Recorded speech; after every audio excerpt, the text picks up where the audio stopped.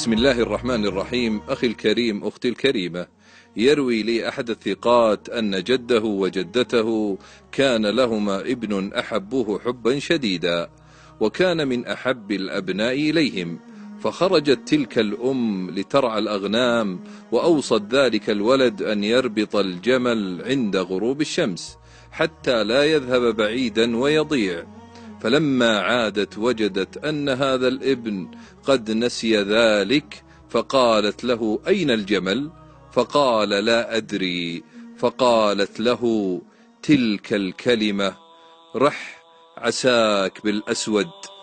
يا لله، ما هذه الدعوة! عندما جاء الليل أحبتي وناموا جميعا، فإذا بذلك الثعبان الأسود يدخل إلى البيت ويذهب من بين الأبناء إلى ذلك الابن المحبوب، فإذا بهم يسمعون صراخه، فلما فزعوا وقاموا وجدوا ذلك الثعبان يخرج من البيت، فمرض ذلك الولد يومان، فإذا به يفارق الحياة. أحبتي، أيستحق ضياع جمل أن يدعى على الابن بالموت؟ إلى الوالد والوالدة، احذروا أحبتي أن تدعوا على أبنائكم بدعوة في أمر لا يستحق.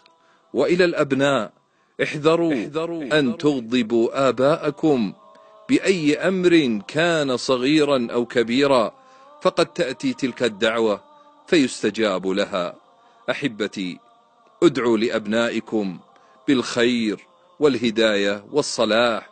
أسأل الله أن يرفع قدر كل من نشر هذا المقطع، وأن يكون في ميزان حسناته.